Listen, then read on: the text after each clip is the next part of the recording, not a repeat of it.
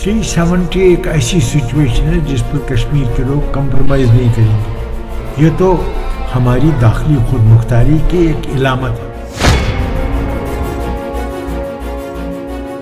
इंसान परेशान और हैरान, और कश्मीर में यहाँ पर ये सीन हमको हर दिन देखने को मिलते हैं, और अनफॉर्चुनेट ये है कि कहीं अकाउंटेबिलिटी नहीं है। साहब ने आज कहा, या महबूबा जी कहती है कि बात करनी पड़ेगी और बात से बात बनेगी, एरोगेंस से कोई बात नहीं बन। उनका ख्याल है, मोदी जी का और अमित शाह साहब का ख्याल ये है कि ये जो 370 का एब्रोगेशन हुआ है यहाँ, उसके बाद यहाँ डेवलपमेंट की जाए। तो मेरा अंदाज़ा है ये उन्होंने गलत निशाना रखा है। 370 एक ऐसी सिचुएशन है जिस पर कश्मीर के लोग कंप्रोमाइज़ नहीं करेंगे। ये तो हमारी दाखिली खुद मुख्तारी की एक इलामत है। कुछ लीडर मेन स्ट्रीम के दिल्ली के ये कहते हैं कि रियासत का दर्जा बहाल किया जाएगा। कश्मीर में किसी को दिलचस्पी नहीं है कि रियासत के स्टेट को दर्जा बहाल किया जाएगा, क्योंकि उनको मालूम है आज नहीं तो कल होगा। एक बड़ी रियासत को कैसे यूनियन टेरिटरी बना सकते हैं, ये तो जाहिलियत है।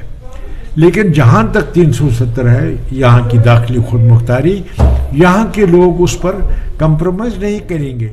हमने अपनी तारीख में सिखों का रूल देखा, यहाँ पठानों का देखा, फिर डोगरों का देखा, और शुरू से सैकड़ों बरस में देखा कि ये काम जो सड़क और बिजली और पानी के हैं, ये हर सरकार को करना ही पड़ेगा। ये रूटीन के हैं, रोज़मर्रा काम है। लेकिन बात यह है कि यहाँ के लोगों की जो जहन में उलझन है, उसके लिए हुकूमत हिंद क्या कर रही है। हमने एक जद्दोजहद के नतीजे में दाखिली खुद मुख्तारी पाई 370, आपने यकतरफा ख़त्म किया उसको, इसलिए लोगों के दिलों में इज़्तिराब है। वो एक मौसर डायलॉग से दूर हो सकता है। पहले यहाँ की मेन स्ट्रीम से डायलॉग करें, उसके बाद रास्ता निकलेगा उनकी तरफ भी, जो जिनके हाथ में बंदूक है या बात नहीं करना चाहते हैं, उनको फिर मेन स्ट्रीम समझाएगी कि बात करनी चाहिए। अगर आप ये तासुर देना चाहते हैं कि यहाँ पे कोरोनेशन होती है, जैसे राजाओं की कोरोनेशन होती है, तो मुझे लगता है या तो मतलब आप लोगों को बेवकूफ़ समझते हैं, या तो आपको यहाँ के इंस्टीट्यूशन पे भरोसा नहीं है। चाहे उमर साहब चीफ मिनिस्टर बने या डॉक्टर साहब चीफ मिनिस्टर बने, वो खुद नहीं आए और बैठ गए कुर्सी पे, उनको लोगों ने इस कुर्सी पे बिठाया। मुझे ये हैरानगी होती है कि हिंदुस्तान के बीजेपी के लीडरशिप क्यों बार बार ये रेटरिक बोल रही है।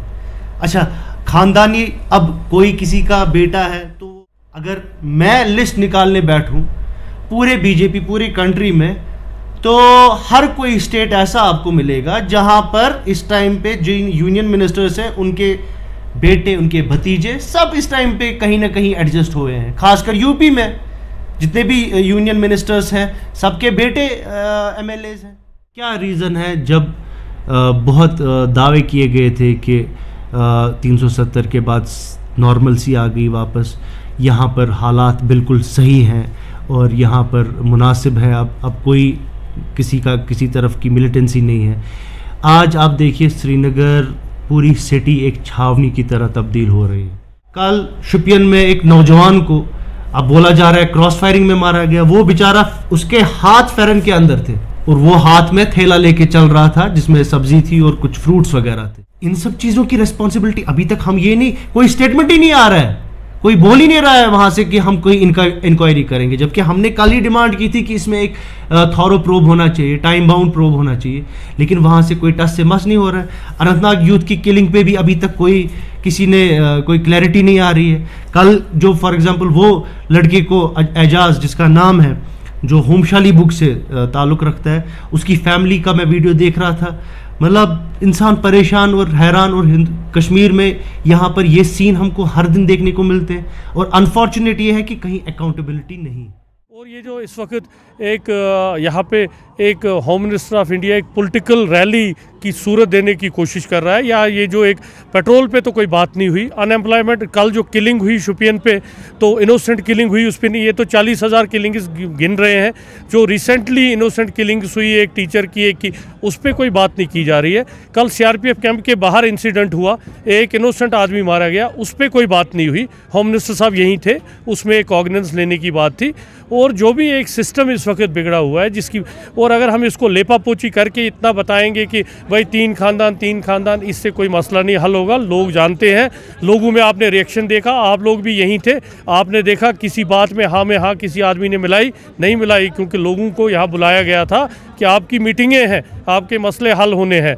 और जो ये नौकरियों का किया गया, ऑलरेडी सर्विस सिलेक्शन बोर्ड ने बहुत पहले ये नौकरियां दी थी, और मुमकिन स्कीम और इसमें जो दिया वो अभी प्रोसेस ही शुरू नहीं हुए हैं।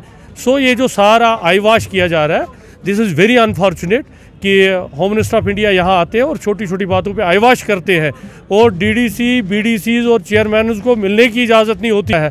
तो अगर आप इसको डेमोक्रेसी और ये इज़्ज़त बोलते हैं तो इट इज़ वेरी अनफॉर्चुनेट।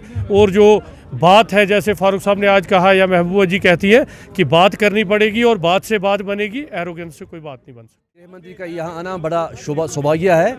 आए बड़े लोग, प्यार से लोगों से मिले, लोगों की बातें करी, जम्मू कश्मीर की विकास की बात करी। लेकिन हम यही कहेंगे कि पंचायत राज मूवमेंट के जो लोग हैं, पंचायत राज के साथ जुड़े हुए 33,000 34,000 इलेक्टेड लोग हैं, वो तब खुश हो जाएंगे जब यहाँ पे ज़मीन पे कोई तरक्की दिखने को लगेगी और शांति आशा दिखने को लगेगी, तब जाके हम खुश हो जाएंगे। हम उम्मीद करते हैं कि जम्मू कश्मीर में जो यहाँ पे एडमिनिस्ट्रेटिव सेटअप है उसको कस के करेंगे, उससे कस के काम लेंगे, और ताकि ज़मीन पे इनके जो है डेवलपमेंट के नक्श नजर आएंगे। पंचायत राज मूवमेंट आज के आने से, गृह मंत्री के आने से बड़ा खुश है।